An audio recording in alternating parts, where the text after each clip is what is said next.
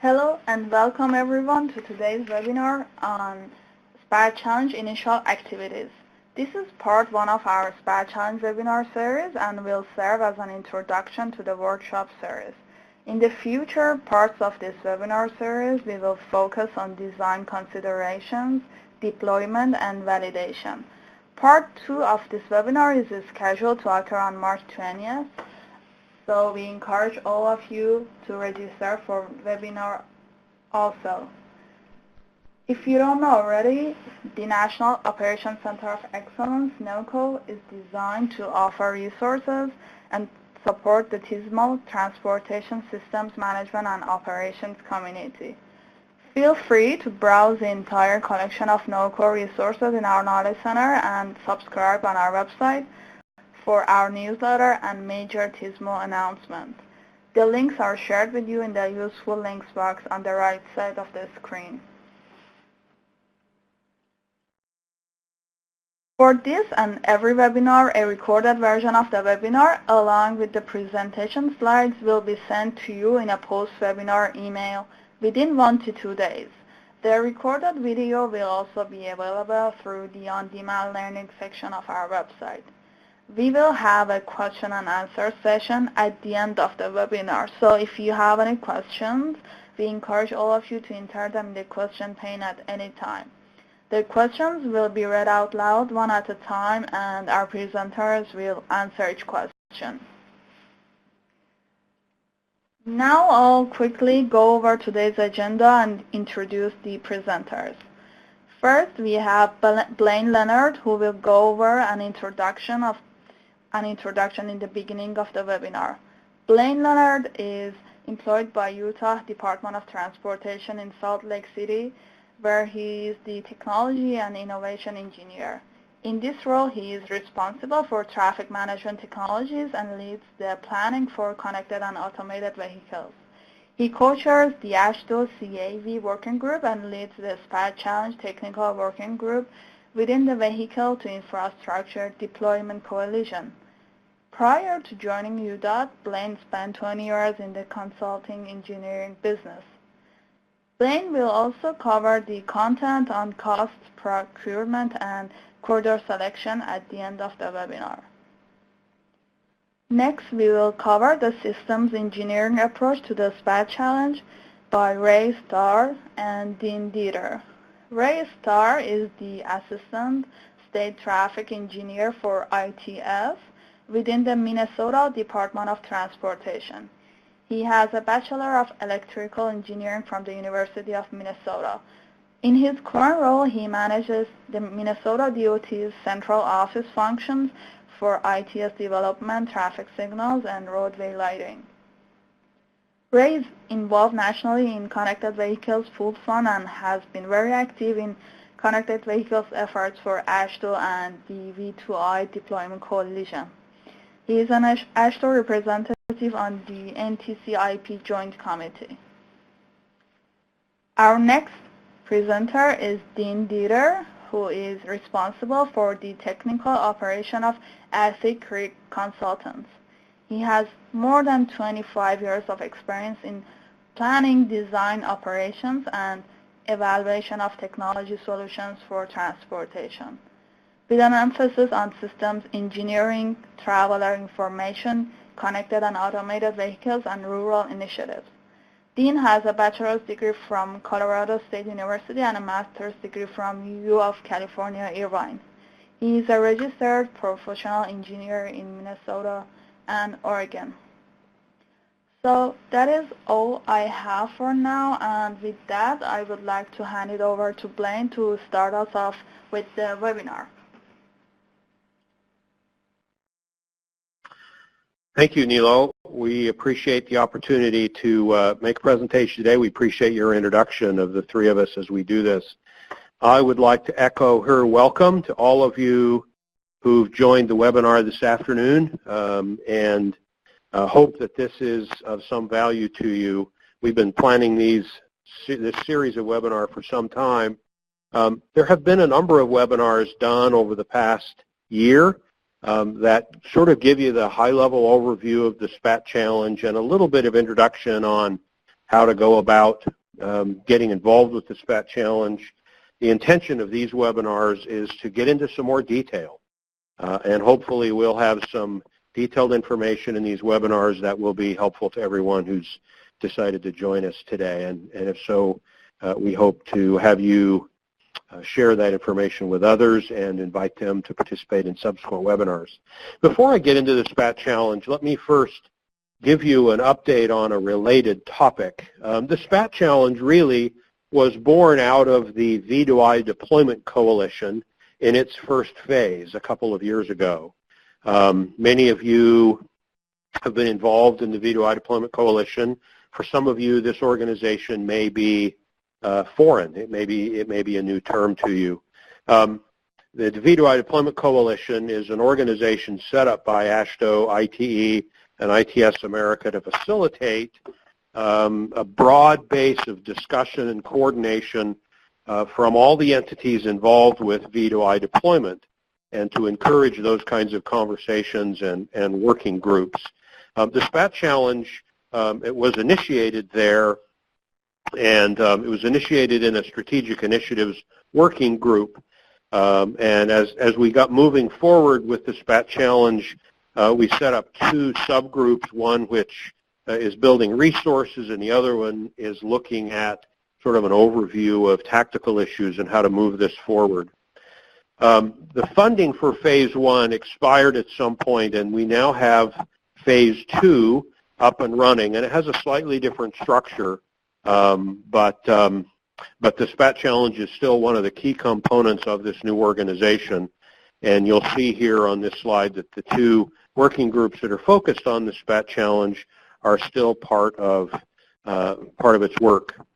The first phase of the Deployment Coalition had 5 working groups in it, and some of you may have been involved with some of those working groups. The second phase has 3 working groups, and this slide shows you what those 3 groups are and who chairs them and when they're holding monthly online meetings. There may also be once or twice a year a face-to-face meeting involved with the Deployment Coalition, and that will be announced as we move forward. But if you are interested, and I would encourage you to be interested in being involved with some of these working groups, at the bottom of the slide here is a link to the V2I Deployment Coalition page where you can request to be added or removed from one of these groups, and I would encourage you to get involved. A lot of good work is going on in these groups as we move forward with the V2I Deployment Coalition. So let me give you just a bit of an overview on the SPaT Challenge. I think many of you on this call, hopefully most of you on this call, are familiar with the SPaT Challenge and what it is. As I indicated, this was really an outgrowth of some conversations in the Deployment Coalition where it became apparent to us that we needed to move forward with some infrastructure deployment and encourage the automaker industry to start to work on, or to continue to work on, V2I applications, knowing that there is a broad interest out here in deploying the infrastructure side. So this challenge basically is to all of us who work for state and local transportation agencies, or IOOs we came to call us, infrastructure owner-operators, to cooperate together to achieve a deployment of DSRC roadside infrastructure, broadcasting the SPaT message, or the signal phase and timing message, in at least one corridor in each one of our states, or maybe a network that involves about 20 signalized intersections, and to do that by January 2020. So the idea here is 20 intersections in 50 states by 2020. And that's really the essence of the SPaT Challenge, simply put, is to encourage all of us to start to get our hands dirty in deploying roadside infrastructure. I hope you're familiar with what SPaT is. Signal phase and timing data is a message that defines the current intersection signal light phases. It talks about the current state of all the lanes as well as any active preemption and priority. This message, this SPaT message, is well defined by a standard from the Society of Automotive Engineers, SAE. It's in J2735, that's the standard number.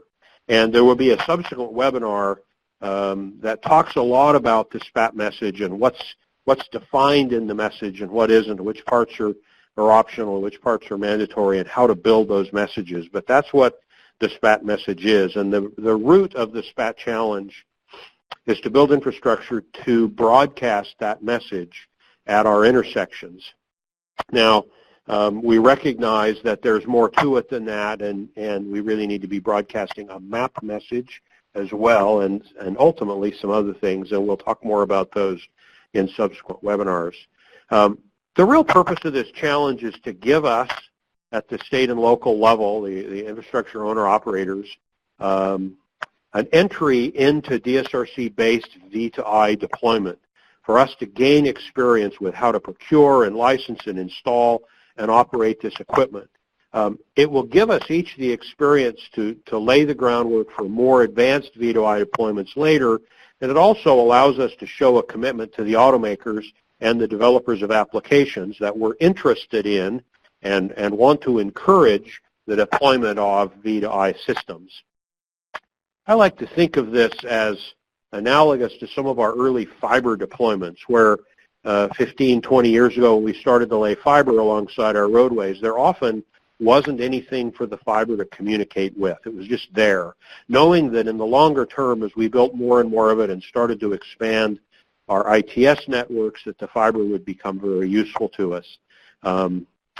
By itself, the broadcast of a SPaT and map message at an intersection, and that alone, doesn't really achieve any outward benefits. The benefits it does provide is it helps us to learn how to do that. It gets us ready for the future as this comes at us, and it shows a commitment. And I think those are important to keep in mind.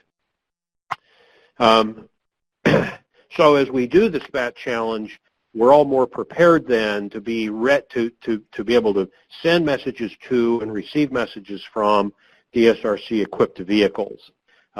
It gives us a location where we can continue to develop and test other sorts of applications once we get SPaT map broadcast up there, and it supports the deployment of other applications we may want to do on our corridors. And here are a few of them that people are actively working on in various places and in some cases have deployed. In the long term, what we really are looking for here is widespread deployment of V2I infrastructure and applications, because we know those have an enormous safety benefit. The safety pilot tests in Michigan a few years ago demonstrated that V2V and V2I applications could be beneficial, that we could save lives with these systems in addition to improving mobility, and so we think there's a lot of value in doing this. We just have to start somewhere, and the SPaT challenge allows us to do that. At some point, we are hoping for a high penetration rate in vehicles, and we can help facilitate that with our own agency vehicles in addition to the OEM-produced vehicles, and the SPaT challenge gets us ready for that longer-term goal. I like to say that we really need to start small and then scale up. We're not going to get to high penetration either on the infrastructure or in the vehicles in a really short time. We're not going to have all kinds of applications available in the real short term. Those are long-term goals. But we have to start somewhere, and we need to start small, something that's manageable as we all learn and go through the learning curve, and then scale up from there. I hope you're aware that the home for our SPaT challenge information is at the National Operations Center of Excellence, the organization that's sponsoring our webinars today and the next several webinars. The email address, the web address for the Operations Center SPaT Challenge site is shown at the bottom of this screen. When you click into that website, and hopefully many of you have been there, the first thing you'll see is this map. This map shows the locations around the country that have accepted the SPaT challenge. The green pins in particular are those places that have accepted the SPaT challenge. The blue pins show those locations that have moved ahead and actually deployed and have their systems operational and are actively broadcasting SPaT and map messages. As you click on any individual pin on that map, and you can zoom in to see them, and sometimes there are pins behind other pins, and as you zoom in, that becomes more clear. As you click on each one of those pins, you'll find a brief description of where this deployment is taking place, what the deployment consists of, and who to contact about that deployment. We think that's really interesting as we all work together around the country to do this, that we have a network and we can communicate with each other about challenges and lessons learned, and this site helps facilitate that. It also helps to demonstrate to anyone who looks at it the broad interest in deploying infrastructure and meeting the SPaT challenge. This site also shows the resources that are available to help you meet the SPaT challenge. And this slide here is a depiction of the resource list. You'll notice that some of these resources, the ones particularly in kind of a yellowish color, are resources that have already been prepared and posted to the website. Those are links to the documents. And the ones that are not underlined and are just in black are resources we're still working on that will be posted to the resource site once they're completed, or at least well enough along to be of value to you. And so there are a lot of resources here. There's a frequently asked questions document on this site that's a good place to start if you're just getting introduced to the topic. There's a couple of things on this website that don't show up on this slide, or at least on the screen capture part of the slide.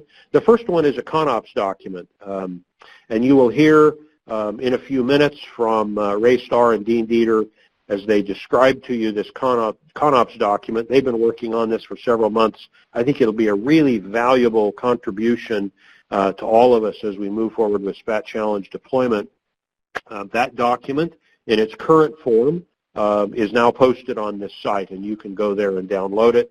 It's also available through this webinar. I think they will both tell you that it's not a document that's complete yet, but it's complete enough to be useful as we start to move forward, and that you may have insight or input to the document that you can share back with us to help improve it.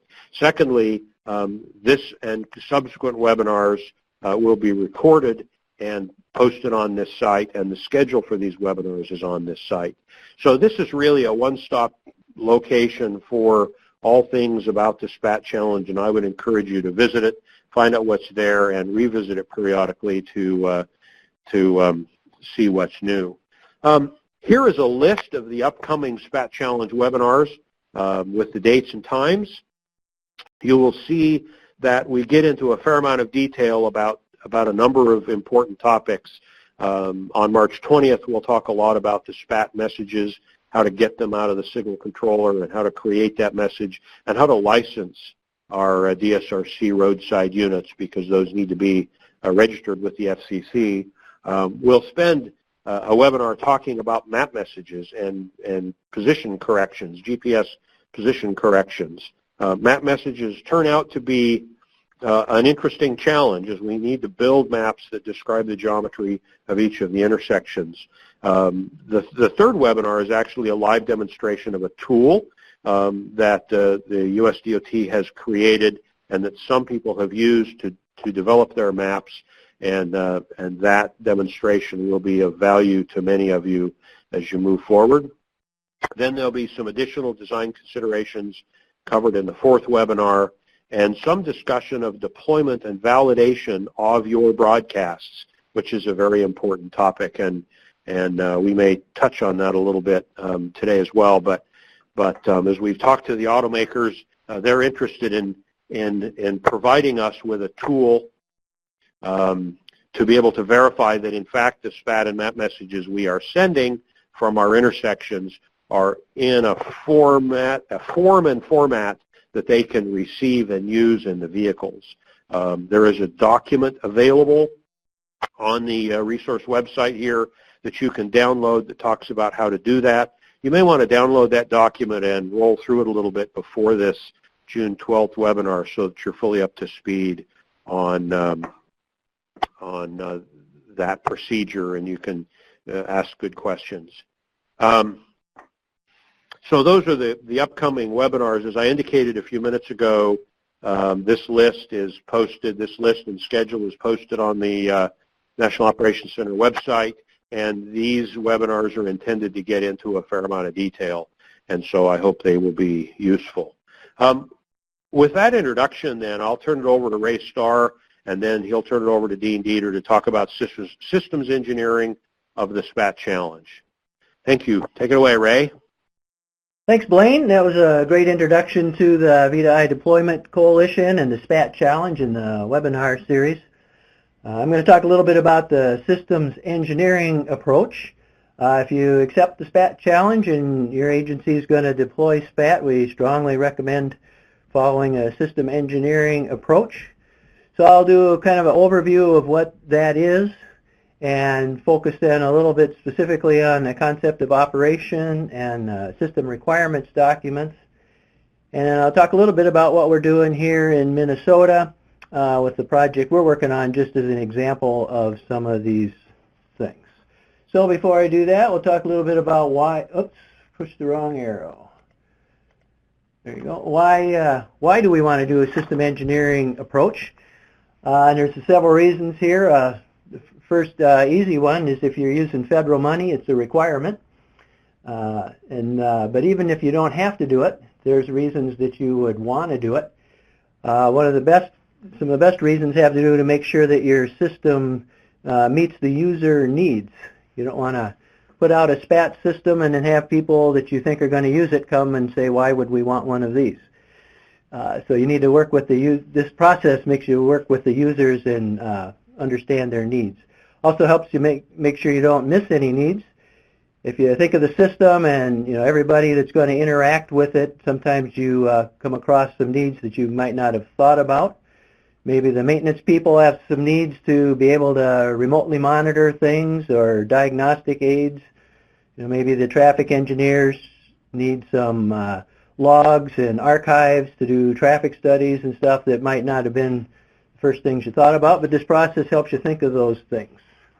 Also helps document common understanding of what you're trying to do. You want to make sure that all the people involved and any contractors or vendors you have are all on the same page what you're trying to accomplish, and this process helps with that. Helps you know how you should do testing. We'll see that in a little bit. If you're building a system that's going to require somebody to do some ongoing operations or maintenance, this process helps you think through that, who's going to do what. And it's especially valuable if you're doing a system like SPaT that most of us don't have a lot of experience with. Helps us think it through before we get too far into building it. So this is the system engineering V diagram. This is what many of you are familiar with it. Commonly used to describe the system engineering process.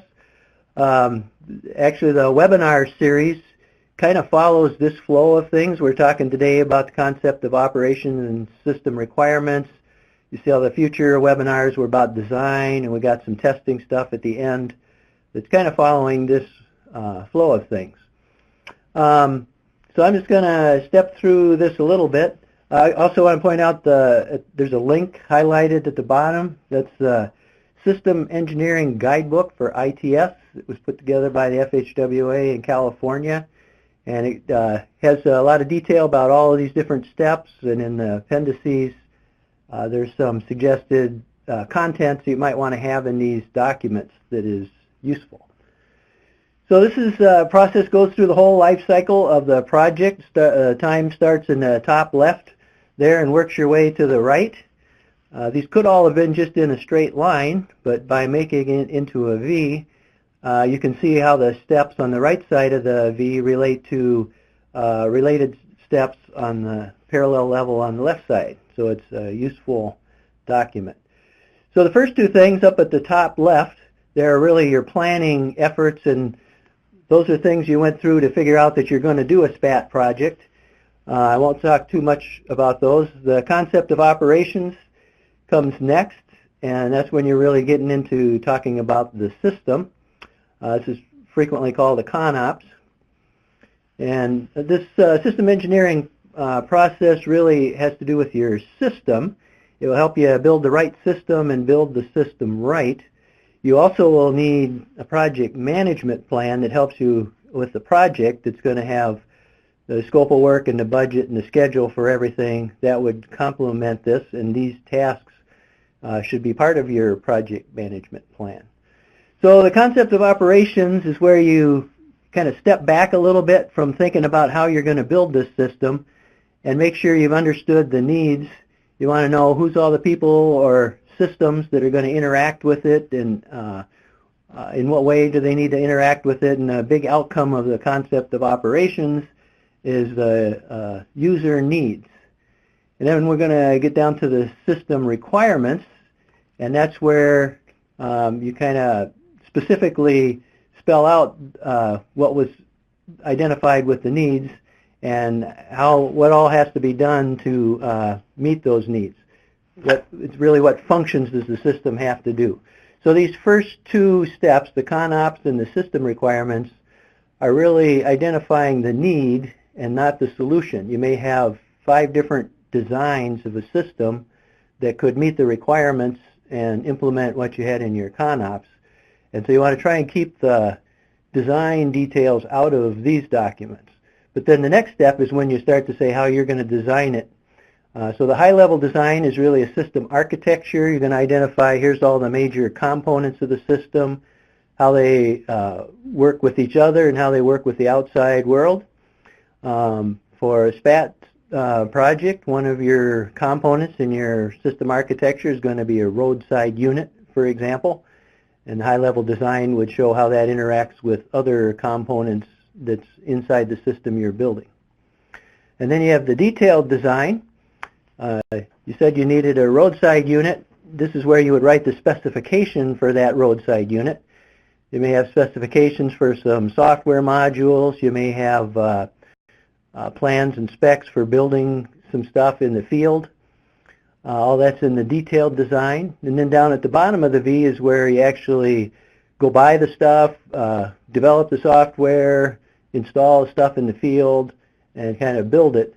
And then when you're working your way back up the right side of the V here, this is where you're testing it all out, and it relates to the similar level on the left side. So in the detailed design, we wrote a spec for a roadside unit. We went out through our procurement process, and we got 100 of them, or in this case 20 of them, or however many you're doing. We want to make sure that the roadside unit meets the spec that we did. That's the unit testing. And then you're going to go up one. You're going to put all these components together, and then that testing is going to make sure that all the components do what they're supposed to do and interact the way that you designed it. And to this point, all the testing is against your design. But the next step up is going to be this system verification, and that's really acceptance testing, and that's where you're going to test against the system requirements to make sure not just that the system was what you designed, but that it meets what the requirements were. And then the next step up, system validation, we frequently call that evaluation. So if your CONOPS had, say, some red light violation warning in there, and that we were doing with the hopes to reduce crashes at intersections, you might want to do an evaluation to see, did we actually reduce crashes at intersections? Then you get up to the operations and maintenance, and for years that might be what you're doing, and undoubtedly you're eventually going to want to do some changes and upgrades. And finally, at the end of the life of the system, you either retire the system or replace it. So I want to talk a little bit more specifically just about 2 of these. The first is the concept of operations. And I would like to just read what it says in the System Engineering Guidebook about what the CONOPS is. It says the concept of operations is a description of how the system will be used. It is non-technical and presented from the viewpoints of the various stakeholders. This provides a bridge between the often vague needs that motivated the project to begin with and the specific technical requirements. So again, this is where you step back, and before you worry about how you're going to build the system, we want to make sure we're all on the same page as how the system's going to be used. And it's, again, from the point of view of the users and the stakeholders. So this shows some contents you might want to have in there. There's other things that go in here, but these are some of the big pieces, the scope and the background. And the system overview, this isn't really what's inside the system you're building. This is more of a context diagram. How does the system that you're building interact with users and with other systems?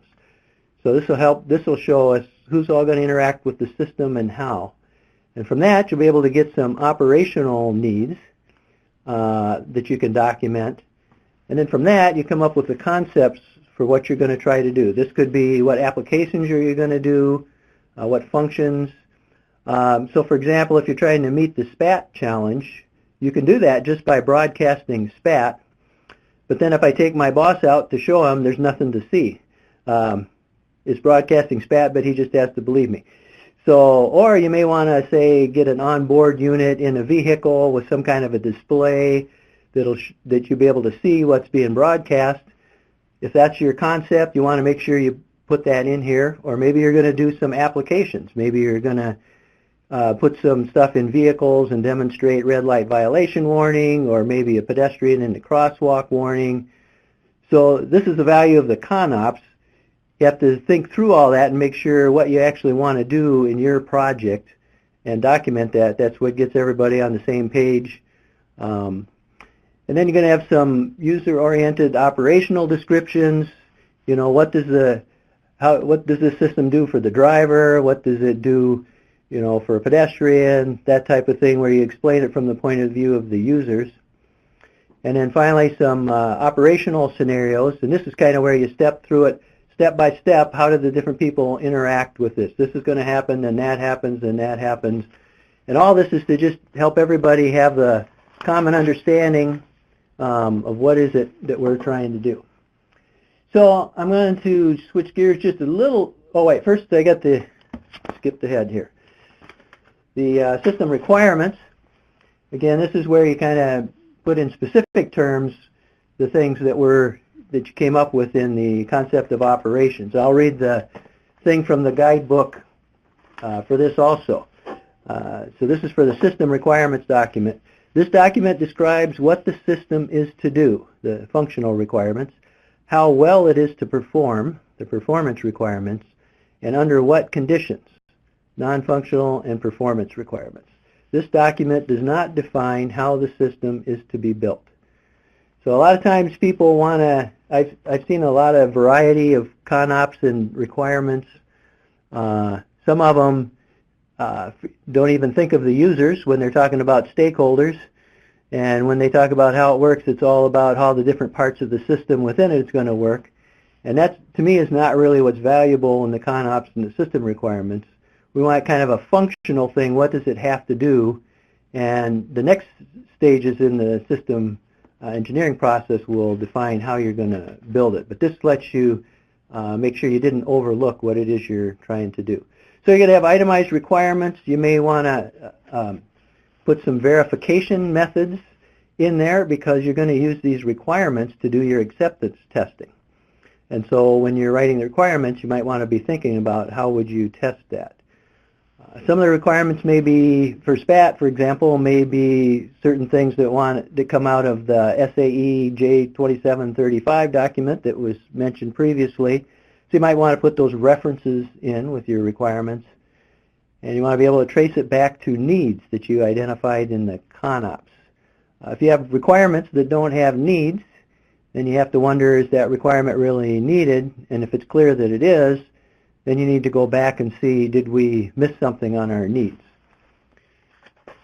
So now is when I'm going to change gears. I'll talk a little bit about, oh, I forgot to do this. That was what I was just talking about. We can talk a little bit about what's some of the stuff that we're doing here in Minnesota. We're just at the beginning stages of our SPaT project. And so we have a consultant, WSP, on board to help us with some of these. And I just thought it might be useful to see some of the tasks we're asking to be done. Looking for the CONOPS to be done, the system requirements I just talked about. We're also looking for a data governance plan. We got to decide, do we want to, say, archive SPaT data? We also want to receive some basic safety messages. Do we want to archive that? Is there any privacy concerns? How long are we going to keep it? Who has access to it? That type of stuff. We're doing a system security plan. There's kind of two parts to that one. doing the security that so people receiving the messages can trust the messages and know it came from the traffic signal and not from a computer science student sitting by the side of the road seeing if they can make cars stop. But then we also want to talk about the security of our network. We're hanging all these roadside units there. We want to make sure we don't compromise our network security. Then we're looking for a project deployment plan to actually go build this once we've gone through this process. What are all the tasks we need to do, the budget and the schedule associated with that, and then also help us with design and construction support. This is an example. We got our CONOPS, first draft of our CONOPS document. We haven't even incorporated first round of comments or anything, so this isn't intended to be the final version of anything. This is just so you can see what this might look like. So the shaded box in the middle is our connected corridor system, and you can see that we don't show how it works inside of that box, but we're showing all of the different users that are going to use it and what their interactions are going to be. And some of the users are people and some are other systems, as you can see on here. And from that you can come up with needs. This is just a short excerpt out of some of our needs. You can see on the left it says what's the challenge you're trying to address, and then itemizes the needs, and they're numbered so you can refer back to them in other parts of the process. And then we wanted to identify what applications we're going to do to meet that. So we decided we're going to do the SPaT broadcast. We're also going to do a vehicle pedestrian intersection conflict warning, basically pedestrian in the crosswalk, working with our transit people also. And then we're going to do snowplow signal priority. We're going to do connected vehicle data management, where we can receive some basic safety messages and figure out, what can we do for figuring out traffic information, other things from that. We're planning to work with some third-party traffic signal data providers. There's several companies that have different ways of getting SPaT-like data and getting it into vehicles other than DSRC, and we'd like to be able to work with that. And then mobile work zone warning system, which would include like a snowplow ahead warning, and if we have a moving maintenance work zone, that we'd be able to provide warnings for that. This is an example. You don't have to see what's in it. This is one long table in the document. It's our scenarios, and I broke it into 3 pieces just to fit it on a slide. And the middle one, basically, that's where you have the steps. Here's what's going to happen first in this. This was the vehicle pedestrian intersection conflict warning. So this said, here's what's going to happen, with the driver, with the pedestrian, and what the system is going to do, steps through the steps. So that's just an example of what that might look like for some of the things that we were talking about. So that's just the summary. I went through the system engineering V diagram. Remind you again, there's that link if you want to see the guidebook. And then Dean Dieter is going to follow up now with talking about some model documents that we have that you can use as resources for developing your own documents. Dean? Okay, thanks, Ray. Hi, everyone. So I'll just advance the slides a bit here. So building on what Ray just presented, I'm going to get into the SPaT Challenge Model, Concept Operations, and Requirements document. When we were meeting with the SPaT resource team about 8 to 9 months ago, we decided that one valuable resource for all of you deploying and accepting the SPaT Challenge might be to have a model, concept of operations, and requirement document to get yourself started as you start a system engineering process. So the 4 things I'd like to do today on this presentation is I want to introduce you to the 2 documents, the model CONOPS and the model requirements, which are, as Blaine mentioned, on the Center of Excellence website. You can download them and use them if they're of any value. I want to define the term SPaT infrastructure system because we use that throughout the document, and I want to just kind of be clear about why we did that and how you might tailor that to your local preference. Then I want to describe the approach we took in developing the document and then share a few examples from them just to kind of help you understand how they might play a role in your deployment. So the model documents, as I said, there's 2 standalone documents. We originally were going to do them as one, but as they got to become rather large, we decided we'd split them into 2 documents. They're available online. They're really developed to help you plan for your SPaT deployment. As Ray mentioned, we really hope that those agencies that accept the SPaT challenge do it with the intent of ongoing operations for a long time. We wrote these so that they could hopefully be adapted to your local site, your local conditions. They're really intended to be a model. We've identified them as working drafts to serve as resources to you. They're not prescriptive in any way, and we don't know as though we'd ever advance them beyond working drafts. We've had them reviewed by several committees, several groups, and what we've asked them to do is we've asked them to point out anything that's incorrect, because we certainly want to correct that, to point out anything that we should add to these, because we'd like to add more information if it would benefit it. We really haven't asked for feedback on kind of the structure of the documents, because we really just see it as you're going to prepare your documents how they suit you best. So this is really just a reference for you to use. So it might always say as a working draft, but it's really just intended to be a resource for all of you. So the next thing I want to do now is define the term SPaT infrastructure system, and I'll do this with a couple of diagrams. So if you look at this diagram, starting on the left, you have your sources of SPaT data, and those could be the traffic signal systems, the most likely one. From a general standpoint, it could be either the traffic signal controllers on the roadside, or it could be your central signal control software.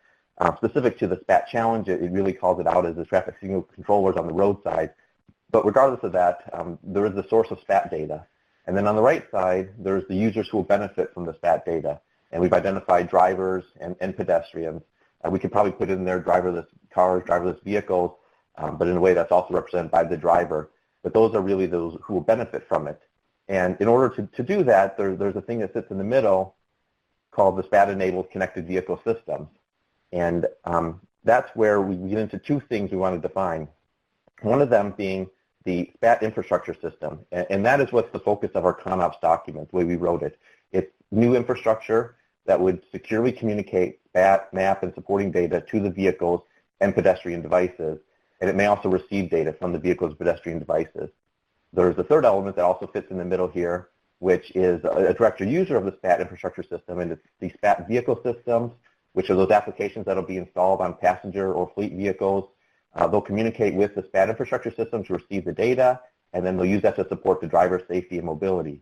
There's a second one, which is personal information devices. So these would be things that the handheld devices that would receive communications from the infrastructure and support pedestrians. So we use this to kind of illustrate that the SPaT infrastructure system doesn't directly connect to the drivers or the pedestrians. They're not the direct users of it. There is this user in the middle, which is either the vehicle system or the personal information device. And that's really the direct user of the SPaT infrastructure system. So in this CONOPS, we don't go into how those applications might work. We don't go into what they would do. That would be up to whoever builds those applications, whether it be an automobile manufacturer or an aftermarket provider or something like that. What we do talk about is we do talk about the needs of the users, the drivers and the pedestrians, and we do talk about what the SPaT vehicle system and the personal information devices would need to satisfy those needs, and how the SPaT infrastructure system needs to provide that. So as you read the documents, you'll see SPaT infrastructure system throughout it, and I hope that kind of helps introduce why we call it that. You notice in Ray's context, he had the CC system, the connected corridor system. That would include the SPaT infrastructure system as part of it, but it would also include other things that might be associated with that. We recognize you will likely call it something different. You maybe already do call it something different, but we've just used the generic term of SPaT infrastructure system, really to draw the boundary around what is the focus of the CONOPS and what's outside of that focus.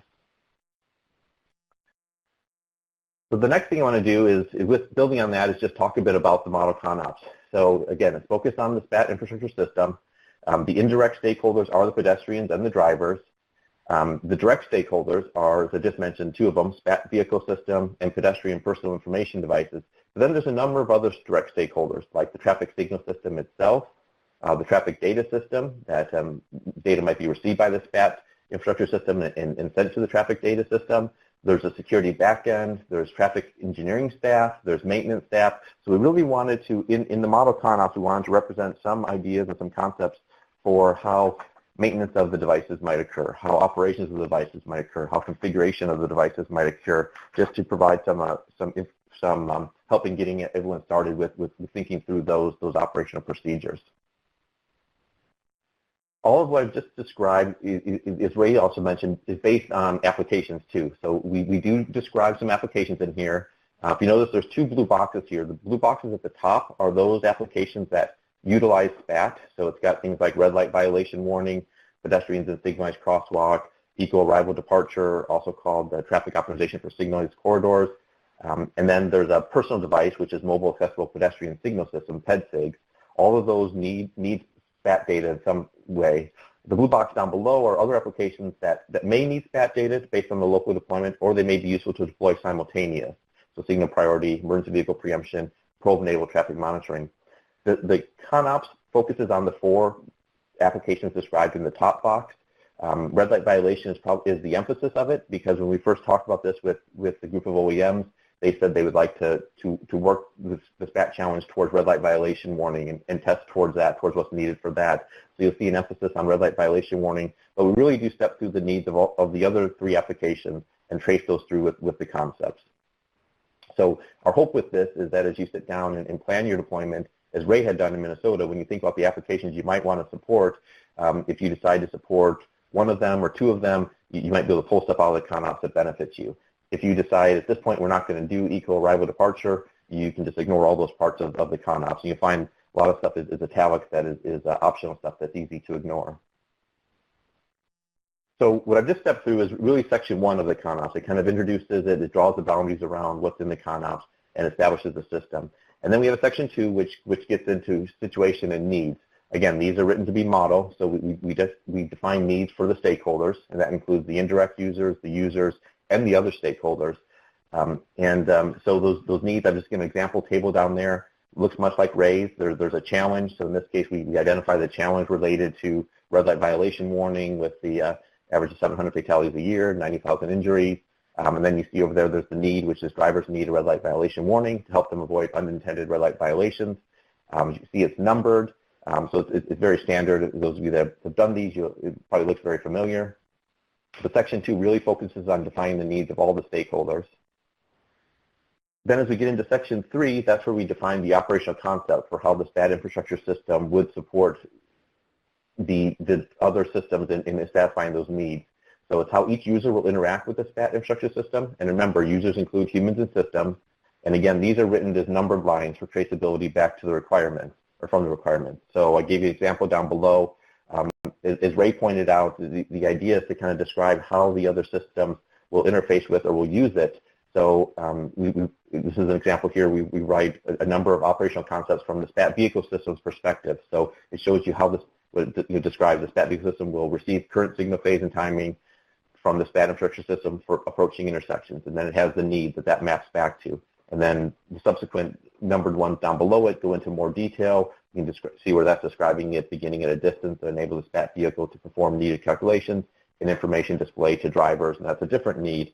So again, numbered lines at the operational concept, so 3311, and then referring back to numbered needs is how we kind of organize the whole overall operational concept for the various components. Then there's a section 4 on the operational concept for SPaT map and traffic data, and this is where we get into the details about the use of J2735, SPaT and map messages, as well as details about the traffic controller data. And our goal here was an attempt to get as much of the information describing this data exchange it into one document as possible. And as I said, we're open to adding more if we need to. We're open to any corrections with it. But this is hopefully a lot of information that will really explain the way all those messages work together. And then section 5 is the operational scenario. You saw Ray gave some examples of what they've done in Minnesota. We presented kind of a model sequence of events, chronological description of how vehicles will interact with the SPaT infrastructure system as they go through it, so you can read those. We thought about in future versions adding some more scenarios, scenarios such as what happens when an intersection broadcasting SPaT is under construction and the lanes through it are being directed by flaggers. Do you turn off the SPaT broadcast? Do you go in and tailor the map message for it? It probably depends upon how long the construction goes on, but those are some of the examples of scenarios that really can be talked through with both the IOOs and the OEMs to understand how they might be addressed. So that kind of wraps up my overview of some examples from the CONOPS. I just wanted to talk a bit about the requirements. So Ray gave a good introduction to what those are. We really set out to define minimum requirements to maintain compatibility between the broadcast SPaT message and the vehicles on board units that are planned to be deployed. I want to show a few slides which kind of step through how we organize those. And much like some of Ray's, I realize that these slides may be a little bit hard to read here. But this is a diagram that's in the requirements document. It is a functional diagram, so it describes functions, not a flow diagram. It's not intended to show how data flows or anything like that. But we've organized the functions into a series of groups. So we have groups, we have a number of groups in here, and I'll step through a couple of those if I highlight on the next slide. So managed SPaT is one of the groups. So up there you can see the red circle. We have two that are bold. The bold ones represent those that are needed, are required for minimum SPaT deployment to meet reduced red light violation warning. So just an example, there's a high-level function which is to assemble the current needed, or assemble the content needed for standard SPaT messages. There is another function for assemble SPaT messages that conform to the SAE J2735 standard message format. And then there's a third function which is not bolded, so it would be more of an optional one, which is to assemble SPaT messages that comply with other standardized message formats. So we recognize, much like with Minnesota's deployment, that you might use other message disseminations to the vehicles. So we leave placeholders in there for where you could go in and enter your additional details about each of those. I won't go into a lot of detail about these, but I just wanted to highlight a couple of the other ones. So group 4 is functions related to managing the maps. So in there we have 5 of them, 4 of them which are required. Manage the map database, manage the map dynamic features, assemble the content needed for the map message, and then assemble the map message that conforms to the SAE J2735 standard message format. And again, we have an optional one, which is assemble other standard map messages if you're disseminating it using other communications mediums. So you can see how each of these are high-level functions, and when you read into them, you'll get into much more detailed functional requirements describing each of those. This one is the managed SPaT vehicle system interface. Here's where it includes 2 required ones for the SPaT challenge: broadcast 5.9 gigahertz DSRC messages and receive and process 5.9 gigahertz DSRC messages. Then we recognize that there's alternate communications mediums. So we have a couple other ones, which is publish the data over alternate communications and receive the data over alternate communications mediums. The last one I'll point out, just to kind of draw your attention to it, is Group 12 provides support. We only have 2 that are identified as mandatory in there, but we have a lot of option ones. This is where we wanted to point out things that you might want to consider in terms of operating your system for the long haul. You know, things like how do you configure messages? How do you manage the data? How do you manage reports? How do you manage alert diagnostics? How do you reset the system? How do you configure the system? Things like that. So we go into some requirements for each of those for you to consider as well. So I have a slide which shows an example of a requirement. Again, Ray showed some of those as well. But here's one in Group 2, Managed SPaT. That's requirements that are describing the functions of SPaT infrastructure to assemble the SPaT data into the standard SPaT message. As you can see, the one down there gets into process the SPaT infrastructure system shall process the message containing SPaT data obtained from the traffic signal system and generate a SPaT message. And you can see that requirements numbered, as well as there's a number in the far right column, which maps back to the operational concepts that I showed you, and those map back to the needs. So as Ray said, if you read through these requirements and you wonder why they're a requirement, you can trace it back to the operational concept and trace that back to the need. And that's a good exercise to follow. So again, we came up with these. We recognize that these would just be a starting point for you, or maybe something you've already developed requirements and you want to just verify them with this. But we know these won't be something that can just be dropped in and used by any of you. But we're hoping this is really just a resource to encourage the overall systems engineering approach you might take. I did want to just mention, in the requirements, there's the column that identifies it as minimum or optional. We have 4 categories of those. The minimum is those that are necessary to achieve a minimum SPaT broadcast to support red light violation warning. That was kind of the agreed application we would build around the SPaT challenge, at least as we had to sit down and develop requirements. Optional are those requirements that are used to receive alternate approaches. So it might be a different message format, it might be a different communications mechanism if you're not using a DSRC or things like that. Those are optional requirements just mentioned in there. And then we have other optional. We have optional, which is a minimum for application. So we've identified several requirements that if you decide to do an application, say for example you want to do priority preemption, these would be a minimum application you would need for that. It's optional in the sense that the definition of the SPaT challenge is just to deploy the minimum stuff for red light violation warning, but it would be minimum if you decide to do those other ones, because we just wanted to call out what those were. And then flip side of that is we have optional recommended. So these are really those things that are optional, but we're recommending them more for systems manageability. It gets into things like reporting, logs of the system, user management tools. So we talked with some of those agencies that have deployed this and we're operating it and capture requirements that they would have for an ideal system. So again, you certainly don't need those, but they're recommended for you to consider them as they might support your system manageability. And I believe I have one more slide before I turn it back over to Blaine. In that slide, I really just want to talk a bit about the verification of this. So when Blaine showed the SPaT challenge map, and you saw that there's those sites that are under development in green, those sites that are developed in blue, the question came up from a discussion with OEMs about how do we know that those that are completed are meeting all the requirements, and that if a vehicle with an application on it, let's say it's red light violation warning, drives up to that, how do we know that the two will sync and will talk to each other? That's really the challenge we're getting into with connected vehicles. In the past, the DOTs, the infrastructure owners and operators, build the roads that the cars drive on, and they deploy signs that the drivers see, they deploy traffic signals that the drivers see, but that handshake to the vehicle is really very much new with this. So we dove into this problem, and there's a document that's on the Transportation Office of the National Operations Center of Excellence website, the SPaT Challenge website, which is the SPaT Challenge verification document. So it was developed by CAMP, Crash Avoidance Metrics Partnership. It's intended to ensure that there is compatibility between your SPaT deployment and the minimum requirements for onboard applications. And it's written around red light violation warning applications, so you can do that. So the idea is that document can be used, and as we progress through this, eventually those pinpoints, those push pins on the SPaT Challenge map could turn gold, those that have been verified or something to that effect, and we can begin to understand which ones have gone through a verification process and a testing process. There's going to be much more on this topic during webinar 5, which I think is actually webinar 6 now with the extra map message demonstration that was added, but we're going to have presenters from CAMP present that document. We're also going to be able to hear from at least one site which has used the document to verify their SPaT deployment, possibly a second one. So we expect to go into a lot more detail there, but I just wanted to mention it at this point so you see that there is kind of the flip side, which is verifying that these deployments do work with any number of vehicles that might approach the intersection. And with that, I believe I'll turn it back over to Blaine, who will go through cost procurement and corridor selection. Blaine?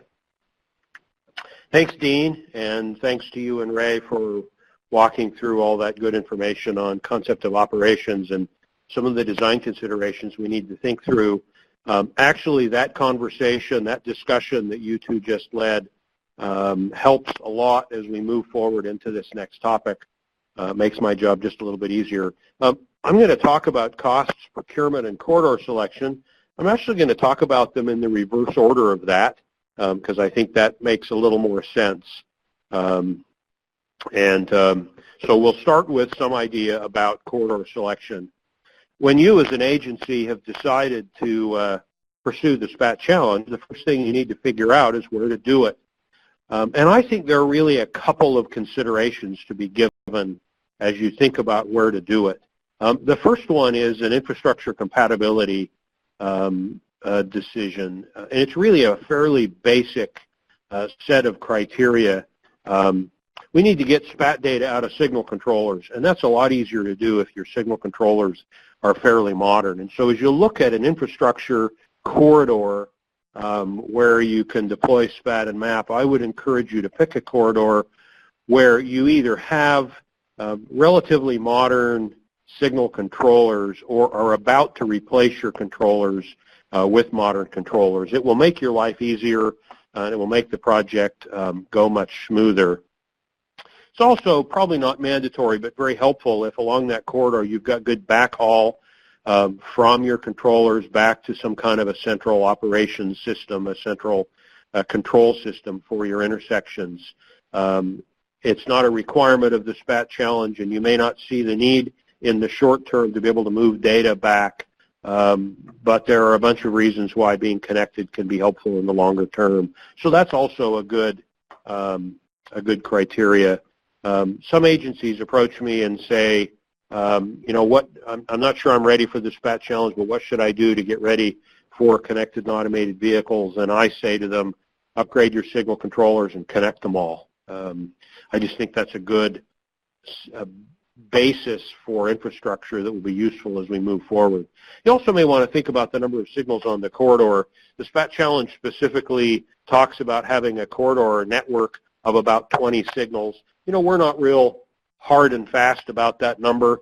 The corridor we've deployed in Utah has 24. Some have 16 or 17. But you want to think that through. You know, if you've got a corridor you're looking at, it's only got 3 or 4 signals on it.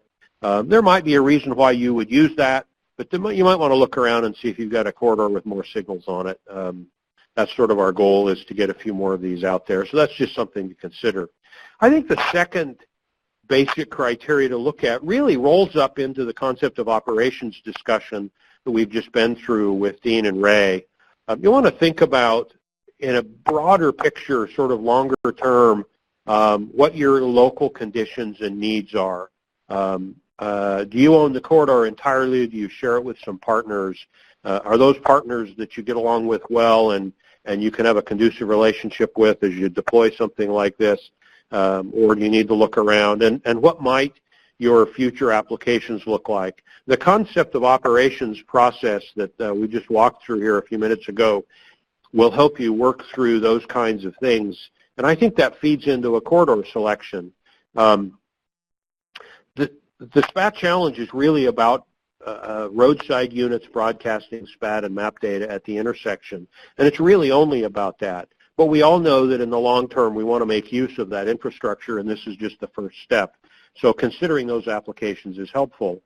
If one of the applications you're envisioning, for instance, is a transit signal priority application, and you happen to pick a corridor that doesn't have any buses on it, well, you've sort of defeated the purpose. And so you just want to think through where you might go. Admittedly, you might not know some of those things yet, and so you might not have that information to work with. But it's worth some brainstorming and some thinking about what the possibilities might look like. And I think those are a couple of good criteria for corridor selection. Once you've selected the corridor, we would really encourage you to get information to the National Operations Center of Excellence, and you can route that through Dean Dieter if you'd like, but get it to the team, and so we can put a pin on the map for your location. We'd like to give you credit for starting down this path. We'd like others to know that that's what you're doing, and we'd all like to know about what activities we each have going on. So get the information in, a location, a short paragraph on what your plan is and your timing, and some information on who to contact, and let us get that on the map so that everybody knows what's going on. As you move from sort of the corridor selection toward procurement, we want to know a little bit. It's helpful for you to know a little bit about what the operations are you anticipate and what requirements you'll have in the longer term. And there are several things that are important here. Again, the SPaT challenge is about broadcasting the SPaT and map messages. But ultimately, we'll want to be able to receive a basic safety message out of a vehicle. And you may have other messages that you ultimately want to send back and forth based on the kinds of applications that you're going to deploy or plan to deploy in the longer term. It's useful as you get ready to do procurement to know some of those things. And it'll help you make better decisions and write a better procurement document. As an example, for our deployment in Utah, we've actually deployed the MIT software, a version of the MIT software, to do conditional transit signal priority. And as part of that application on our intersections, we need to send the signal request message, or SRM, and the signal status message, SSM, back and forth between the roadside unit and the onboard unit. As it turns out, the DSRC devices that we bought don't directly support, at the present time, don't directly support those messages. So we had to spend some time figuring out some workarounds to get those messages sent back and forth. If you know that those are the kinds of things you want to do ahead of time and can put those into your requirements document before you procure, you might have a better chance of getting equipment that has some built-in features to accommodate that. And so those are the kind of things you may want to think through a little bit. Performance requirements are also important as we think about the frequency of sending these messages back and forth, and some specifics about the hardware. So some of the applications require that you have two separate DSRC radios. They're both in one container. They're both in one case, if you will. But that allows you to operate on multiple channels at the same time. And for instance, our application requires that. You can buy hardware that does or it does not have that feature. And so knowing some of those performance requirements is helpful. Finally, let me say just a little bit about security.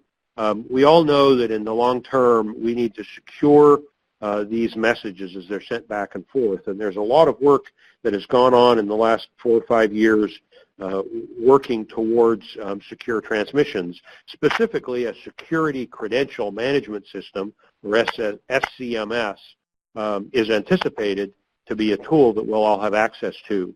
Currently, the SCMS being built for the 3 federally funded connected vehicle pilot deployments in Tampa, New York City, and Wyoming, is a system that will be temporary. It's really only intended for a few of these pilots and will not be a permanent system.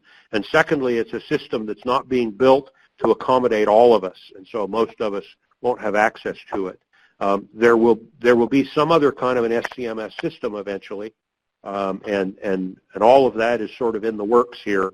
And so most of us can't walk out and attach ourselves to an SCMS system yet. But knowing that it's coming and understanding a little bit about it as you prepare to do procurement is helpful, so that you make sure the equipment you get is compatible with those kinds of systems. Now, procurement is a tricky issue, and there's really nothing constant or consistent about the SPaT challenge. Many of us have different approaches to going about this. And I could go into great detail about some of the procurement challenges that we had as we purchased equipment for our deployment in Utah. But let me say that there's a bunch of different ways we can go about this, and you just need to think through what some of your specific constraints are. I was procuring as a government agency, and as a government agency, there are obviously a number of processes and rules that we need to abide by that are unique to our particular jurisdiction. I was able to procure some small quantities of devices from multiple vendors for testing purposes, and many of us have the ability to do that without going through complicated procurement procedures. That allows us to get our hands on a few pieces of equipment that we can start getting comfortable with, and we can compare with each other if we decide to do that.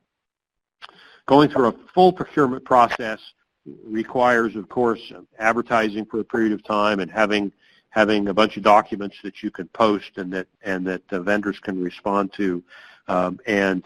Depending on your specific requirements in your jurisdiction, there may be limits on how you procure. Is it based on cost only, or can you consider performance specifically, and can you buy from multiple vendors or a single vendor? And all of those things are something you want to think through.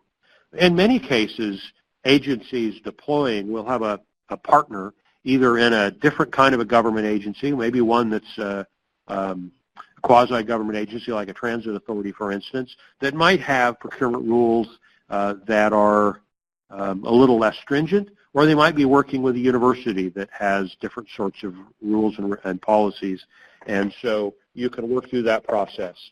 You might also be using a consultant, and it would probably be faster to have a consultant procure those devices for you directly rather than you going through a government process. There might be rules about whether or not you can legally do that, and there certainly would be rules about who owns that equipment in the end, and you want to think through those. So I don't have any great answers for these kind of scenarios because there are so many of them, but I just wanted to sort of throw out the broad range of how you could do this. We've been working on a resource document that includes some sample specifications that you could use in a procurement. We've found as we've collected them from several different agencies that the complexity of those documents has a pretty broad range. And for those of you on the call today, if you've procured already and feel like you've got a document that was particularly helpful and useful and would be willing to share that, we would certainly be interested in in broadening our list of documents we have available to us and being able to share some of those components out with everyone else. Procurement is an issue we all have to get through, and it's fairly unique, but it's one that's going to take some time, and you need to think through as you move forward. There are several basic requirements that I think are well suited to a procurement document. The roadside units now are pretty well defined in what we call the 4.1 specification, or some call it the 4.x specification because there's a 4.0 and a 4.1. And that document is out there, and I believe it's posted on the Operations Center resource list, and you can get that. I don't think you need to repeat what's in that document in your procurement, but it's certainly a good reference to link to. There are some outside certifications of DSRC documents going on, much like when you buy a piece of electronic equipment and it says Underwriters Laboratories on the corner in a little logo. There are some similar certification activities happening, and in the near future we hope to be able to just reference needs to meet this particular certification, and that would be helpful. As I talked about a few minutes ago, you want to specify in your document specific messages or specific performance, specific security requirements that you might want to use in your particular location. It would be very helpful if while you're procuring these units, you also procured a software development kit. We are in a position today where the V2I, the connected vehicle space, is not nearly as mature as some of us are used to in things like signal controllers or ITS equipment. There's still a fair amount of variability. There's still a fair amount of movement going on in the development of this equipment. And off-the-shelf software, off-the-shelf applications really are essentially non-existent, except for maybe some very simple things. Having a software development kit and people on your team who know what to do with it, I think is very important for anything but just a very basic deployment. So I think you should consider that as part of your procurement. You also want to think about whether you want to also purchase a few onboard units. Again, the SPaT challenge is really just about broadcasting SPaT and MAP, and an onboard unit isn't a necessary piece. But I think you might want to know that those messages are going out there and start to consider how you might receive those. And especially if you're looking down the line at some applications, getting a little experience with an onboard unit might be helpful. In a subsequent webinar, when we talk about the verification document that Dean referenced a few minutes ago, as I recall, the verification document requires you to receive the messages sent with a brand of device that's different than the one that sent it. And so at some point you might want to think about not only ordering an OBU that is of the same manufacturer as your RSU, but maybe one from a different manufacturer, and start to play with that. Again, OBUs come with one radio or two, and depending on the applications you may want to think about in the future, you should consider that. Let me move on to, well, you also need, of course, to procure cabling and mounting equipment. And here are just some photos of some different ways that these DSRC roadside units are deployed, whether they're strapped directly to a luminaire pole or on a post that's mounted to a pole or to the signal mast arm. There's a variety of ways to do that. This is fairly simple and routine equipment, but you're going to need to procure that as well. It's powered over Ethernet, so you need to be able to get that cable back to a signal cabinet and have a PoE device in there where you can source power. I list on here a processor. You need to get data out of your signal controller and into the roadside unit, and there are really three ways to do that. And as we run applications in the future, there's really three places where you can run those software applications. One is inside the controller, and some of the controller manufacturers now are starting to sell a coprocessor unit that fits in the controller where you can run these applications. The second option is to run it inside the DSRC device, and there's processing power on most of the late models of DSRC devices where you can run the software there.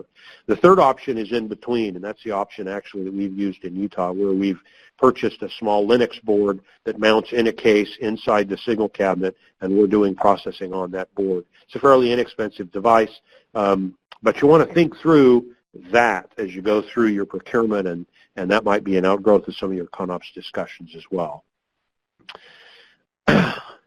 Running a little short on time, but let me walk through some costs real quickly and give you an idea. Before I do that, I'm going to give you a disclaimer. As I mentioned a few minutes ago, this space is not as mature as some others, and what we're finding as we start to look at costs and try to provide some guideline on costs, because that's a question everybody asks, is that every deployment is different, and there are a huge number of variables. Now, I'm going to give you some cost ranges, but let me sort of warn you that there are ranges, and there might be even some things outside of the range. There are a lot of factors involved here. The first one is learning curve. If you were like us in Utah, when we started this project, we had no deployment experience with this kind of equipment. And both for me and for my team and for my consultants, there was a learning curve, and there was a cost to that learning curve. If your team has a bunch of experience, that would be different. Are you using a consultant, or are you doing this in-house, or are you doing a combination of those three things? And that makes some kind of a difference, as you well know. Are you going to order some equipment and do a bunch of testing to verify it meets specs, or are you just going to sort of trust it out of the box? There might be some time and expense involved with doing some testing. Are you planning at the outset to deploy some applications beyond SPaT? That's what we did, and so some of the costs that I have are a bit intermingled. It's a little difficult for me to tell exactly what it cost me to do SPaT deployment versus my application, because those hours and that time and those invoices were kind of wrapped together. There are variations on how you procure, and it may be a different price if someone else buys them for you than when you buy them yourselves. And of course, there are some installation parameters, and I'll talk about some of those. So really quickly, and we'd love your input. If you've got some experience with some of these costs and would be willing to share that back to us so that we can kind of work it into the documents we're working on, that would be very helpful. We've struggled with how to present data because of all these variations back to all of you in a way that's useful. We can't just sort of give you a lump sum, because we have to define what's in it, and we've struggled with how to do that. So any kind of detailed breakdown you might want to prepare is helpful. First of all, let's just talk about the basic hardware. Roadside units in general, just the raw hardware, purchasing from the vendors. My experience is, and the experience of several others of us who've been doing this for the last year or two, indicate that the roadside units run from about $1,500 to $3,200 a piece, somewhere on the order of the cost of a signal controller, right? So a pretty reasonable number. There are, of course, mounting brackets and cables and power supplies and those kinds of things for a few $100 more, depending on what you do. Of course, if you need a Linux processor, there's another $100 probably in there as well. The onboard units are slightly less expensive, about $900 to $1,500 for one of those units. And again, those are a little variable, and they're changing as more people get into the market. But that's sort of the general range. Now, the soft costs, or the engineering costs, is where a lot of the variability takes in. And so during your design and testing process of this equipment, you might have a pretty broad range. I list here maybe $1,000 to $8,500. And it depends on sort of what some of that design and testing is. Where is your learning curve?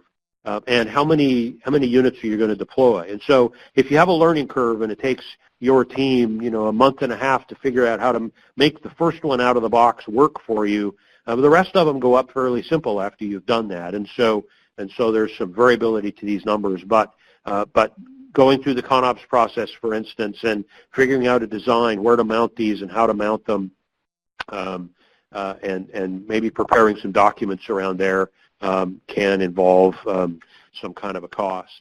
Installation and integration depends on several things. One is the location. Are you deploying, as some of my photos showed, on the pole, which would mean you could do it without closing lanes, or out on the mast arm? Do you need to close lanes to do that? Do you need to have night work? And our indication is that the installation cost, once you kind of figure out how to do these, can range from a couple of $1,000s per intersection to 5 or 6 times that, depending on some of those factors.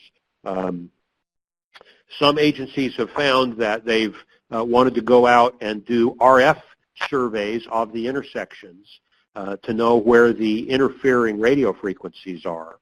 And in more complicated urban environments, that might be necessary. In less complicated environments, it might not be. Our agency did not do that. Others have. And that cost by itself inside this range is probably a couple of $1,000s. So there's some variations there. And finally, you need to create the map data. And there's, as we indicated, 2 webinars in the future talking about map data. And once you figure out how to do that, there's a cost associated with doing that. It might be on the lower end if you use a tool and your intersections are fairly consistent. It might be on the higher end if you are using some kind of your own mapping data. On one of the projects we're working on now, we're installing DSRC equipment on intersections that haven't been that are under reconstruction, and so we can't use raw map data. We have to use CAD drawings, and so that makes a difference on some of our costs and some of the effort involved, and so you need to consider that. Well, if you were to add these numbers up as I've shown them on the last couple of slides, you will get something on the range, including all of these costs, of maybe $16,000, $17,000 per intersection, up to maybe $25,000 per intersection. That said, having been through the learning curve, I believe we can now deploy a given intersection, now that we've been through a lot of these other steps, for much less than that, maybe $3,000 or $4,000 for a new intersection today.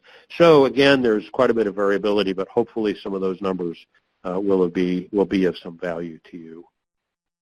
I apologize that they're a little vague and maybe not as defined as some of you would like, but that's sort of the experience that we've currently been gathering. So I've taken a little more time than I should. We've got some time left for wrap-up and Q&A, and I'll turn that back over to Nilo to guide us through that. Thanks, Blaine. We have quite a few questions. Before I ask those questions, I wanted to quickly remind everyone to register for the next webinar. That would be in 2 weeks on March 20th. And also, the link to the registration is shared with you in here. The topics on the part 1 of the design consideration is shared here and shown on the screen.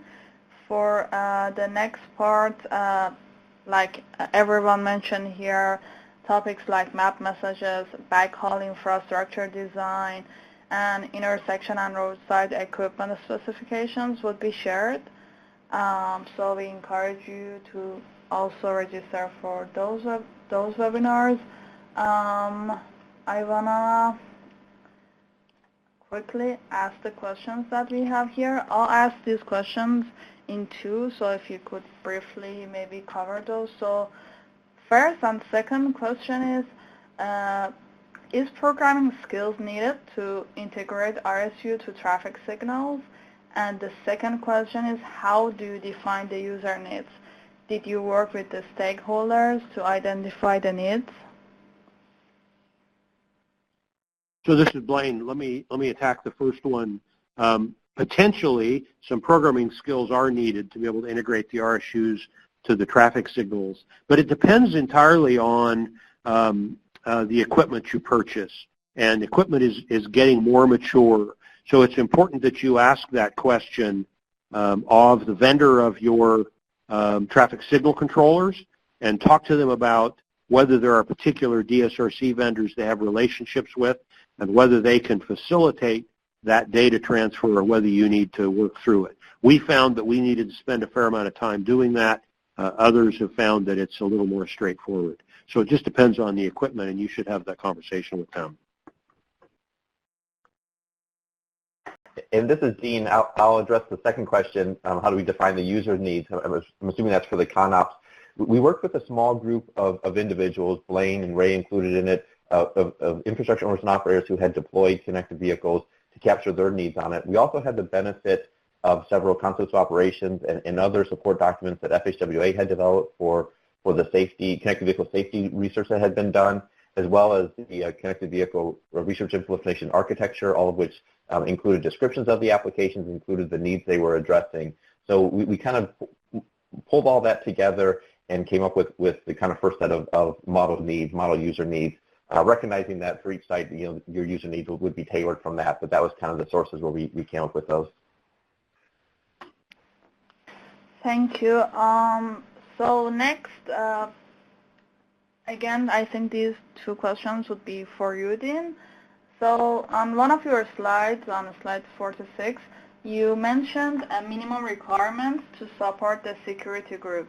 Can you specifically tell us what is required for that security requirement? And also the other question is red light violation warning the national minimum use case, or that is just for a particular state? Okay, sure.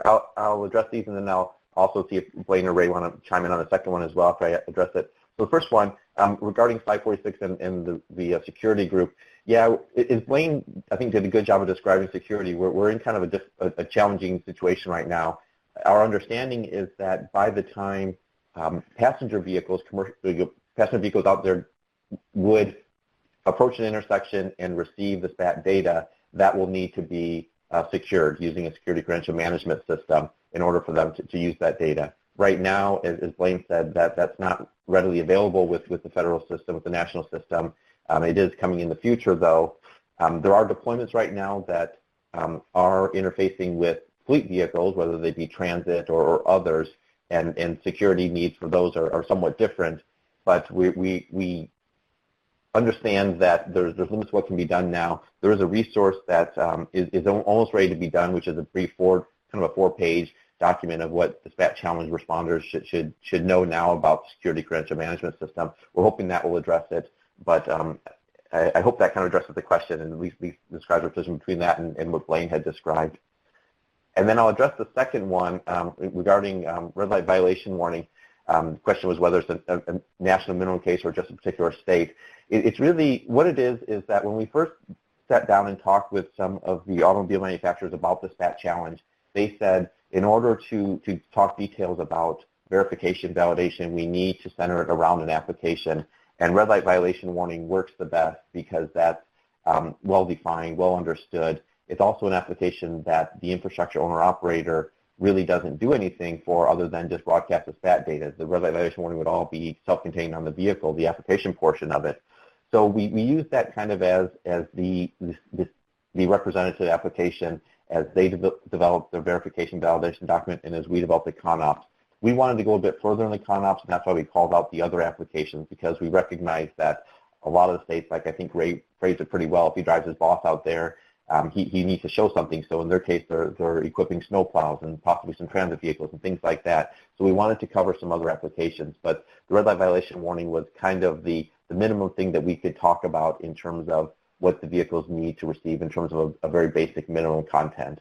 So that verification document is centered around red light violation warning. And Blaine, Ray, did I capture that correctly? Do you have anything else to add to that? I think that's good. Yeah, one thing I'd add, the SPaT message and the map message, most of the data elements in there are marked as optional, and that's why you need to know what applications you're thinking of. So the red light violation warning probably uses mostly the mandatory things, but if you're going to do like pedestrian and crosswalk or some of the other things, you need other data elements in your messages that you wouldn't need just for red light violation warning. So it is important to figure out what applications you're doing, and yeah, I don't know that there is a national minimum. You can basically do whatever you want to deploy, but we're hoping that it's one that is likely to come out in cars if there are V2I applications in cars. Thanks. So the next two questions would be first, can you tell us if there are any needs or demands for position correction emerging? And the second question is, how do you plan to integrate the SRC into pedestrian applications? as mobile phones are not equipped with the SRC? So this is Blaine. I'll take a stab at those. We've had a fair amount of conversation among ourselves as infrastructure owners and with OEMs about position correction, a GPS position correction, otherwise called an RTCM. And frankly, the jury is still out. I think part of what the demand will be will depend on the application. So does the application require a real accurate GPS or not? In our application in Utah with the transit signal priority, we have not found a need for a correction of the normal GPS message. If you're looking at crash avoidance with a pedestrian in a crosswalk, that may be a different story. We're still working on that. Most of us, IOOs, have not tried to deploy an RTCM yet. I believe they have in California. But I just think the jury's still out on that one a little bit. We're still trying to figure that one exactly. As far as pedestrian applications, not a lot of people have developed those very far along yet. I know in the Arizona version of MITS, they have a pedestrian application, and they use a Wi-Fi connection from a cell phone to a device, a Wi-Fi device in the signal cabinet, and then that communicates with the DSRC device.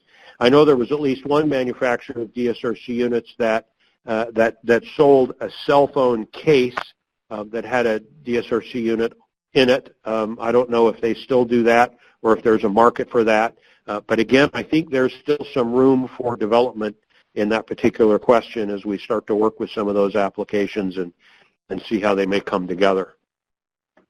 And I would say also that some of the pedestrian applications just use the smartphone app through cell phone data rather than a DSRC. Thanks. So the next questions are, the first one is on the readiness of the technology. So the question is, how would you depict the readiness level of SPaT technology on a scale of 1 to 10, with 1 being basic research and 5 being prototype and 10 being productized and market ready? And the other question is about the cost. So the cost range of equipment purchase and deployment was fairly large. What is the range for just for the RSU equipment? So let me take those in backwards order. The number I gave for RSU really is just for the RSU equipment. So when you go out to buy a roadside DSRC unit, depending on your procurement process, the range and cost of that device will be about $1,500 to $3,200, give or take a little bit. I've gotten bids from vendors at both ends of that spectrum, and so that's just the RSU device. Readiness level of SPaT technology is an interesting question, and Dean and Ray can weigh in on this. I believe that the hardware is probably at about a 7, and the applications or the software is probably about a 4 in general, if it's that. Dean and Ray, what do you think about that?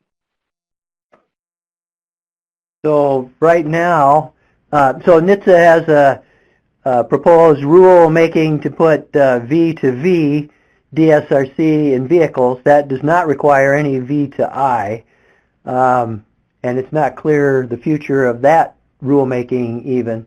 So right now there aren't really vehicles, production vehicles out there receiving SPaT, so anything that you do is kind of what the agency puts their own vehicles out there and stuff. So given that, I would say, prototype would be closer than productized.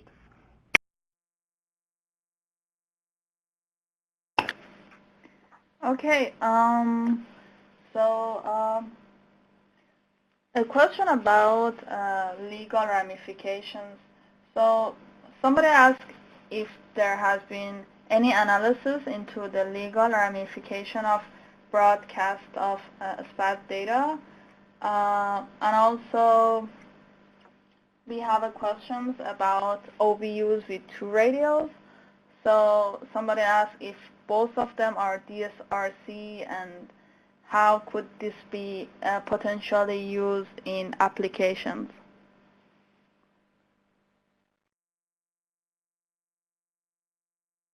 So Ray, do you want to take the legal question or want me to? I'll let you. I'm sure people have asked the question. I don't know if there's an answer.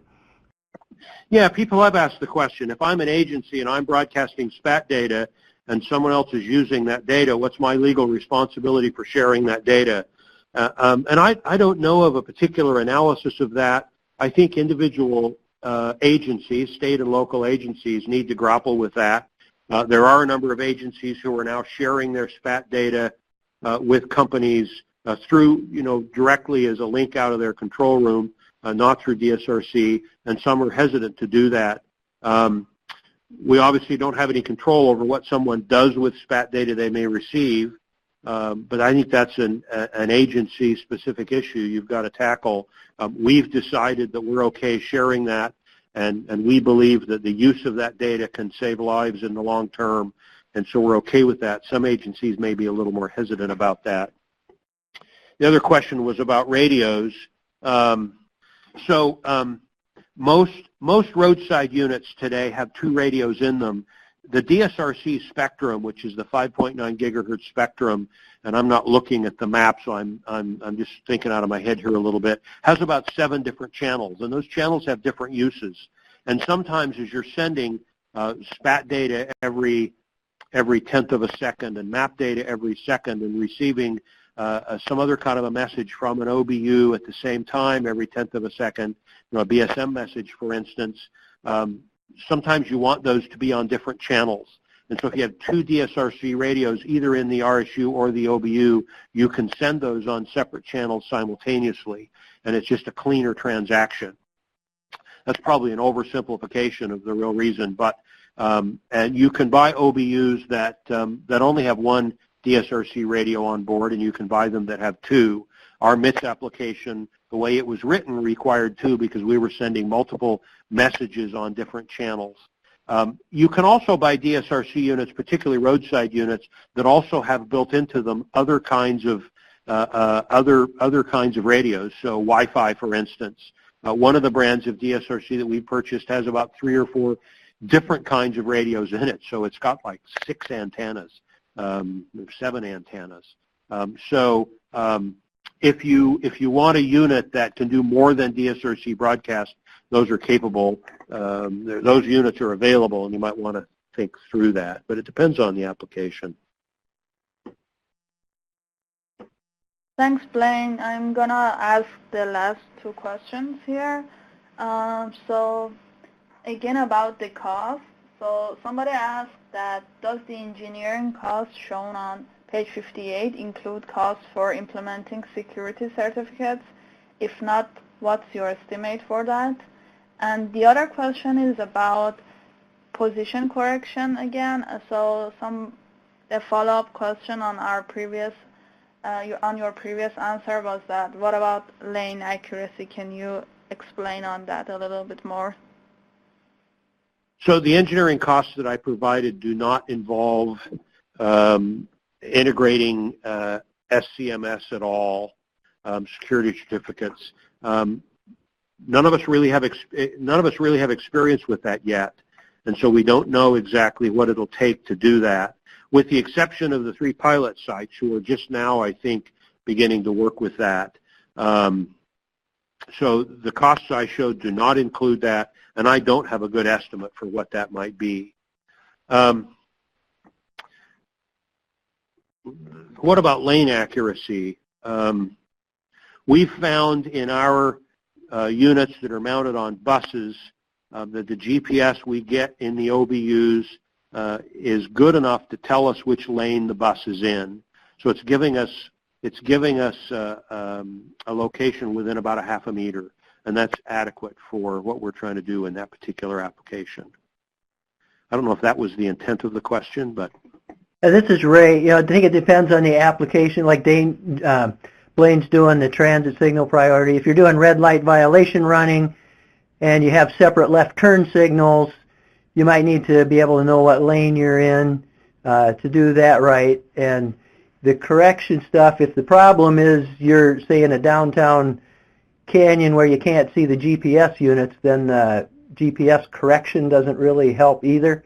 And I understand what the New York City pilot site did is they had to build some dead reckoning and maybe triangulating off of roadside units to supplement the GPS to get good enough accuracy, and they found they were able to do that. But whether you need lane accuracy depends on the application and the site, I would say.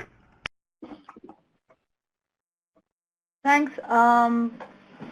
There's just one last question coming up, and this is like a debatable question, but I'm going to ask it. So can you compare DSRC to 5G, and if there are two radios that broadcast both? Yeah, that's a complicated question that we could spend an entire webinar on, but let me summarize it this way. 5G doesn't exist yet. 5G is a promise. 5G is a concept. The chip makers have just started to manufacture some prototype chips so they can test 5G.